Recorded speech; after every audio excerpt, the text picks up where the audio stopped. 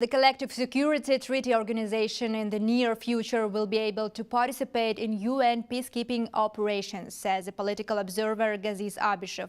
According to the expert, CSTO is a significant military power and it would be able to operate in regions where the sides of conflicts have no face in other global alliances. The origins of the organization can be traced to the Collective Security Treaty signed in 1992 in Uzbekistan. In 2002, it was turned into CSTO, a military alliance. With such formation, the fragmental development of military cooperation between post-Soviet states was transformed into full-scale cooperation. The January 2022 events in Kazakhstan boosted the popularity of CSTO, which for the first time in its history stepped in with its peacekeeping mission.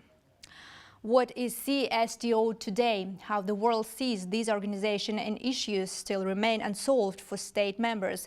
Gaziz Abishev has the answers in an interview to our reporter Dorian Isagulov. Okay, Gaziz, thank you very much for joining us. Let me start from this question. What is CSTO today and how the world sees this organization? Well, after the fall of USSR, of course, there were some remains of its military structure, and at that time the CSTO was created because it was necessary for Russia to keep control the military infrastructure around its border on Eurasian heartland. Firstly, and secondly, for the small independent newly created republics, it was necessary to be under the Russian nuclear umbrella to be safe, because we all feared that the enemies from outside would start to attack the small new independent republics. That's why CSTO was created.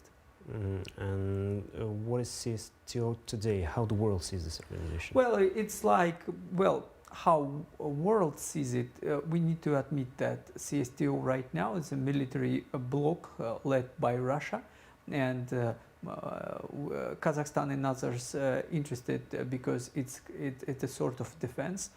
For example, for us, if, for example, from the south, some radical groups from Afghanistan or other places would try to attack Kazakhstan, of course the joint forces would defend our territory, and of course it also applies to Kyrgyzstan and Tajikistan. Firstly, and secondly, for Russia it's a matter of prestige, because Russia wants to be like a United States, the head of military bloc, military alliance. From diplomatic, economic and military perspective, it's a prestigious thing. Some people say that CSTO is some kind of our analog of NATO. Is it true? And if it's not, well, it's sort of analog, but it's very, very small. I mean, 20 times smaller than NATO, because NATO actually consists of about 30 countries. And of course, inside NATO, you have three nuclear powers like United States, France, and United Kingdom, and of course others also, whether it's Germany, Turkey, or Canada, are also quite strong powers themselves. But here in CSTO we have only 5 members, and also we have only one strong power, and 90% of its military power is Russia. That's why it's, I mean, asymmetrical structure. What issues still remain unresolved within the CSTO? Well, we know that there are some territorial contradictions between Kyrgyzstan and Tajikistan, which are both members of CSTO, and also we know that most of countries of CSTO actually recognized the territorial integrity of Azerbaijan. That's why this dispute over Nagorno-Karabakh was such a I mean, cruel for Armenia, because Nagorno-Karabakh is a part of Azerbaijan, and Kazakhstan, Moscow, and others never rejected this idea. So right now, Armenia offended by that, but what are you going to do? Mm-hmm.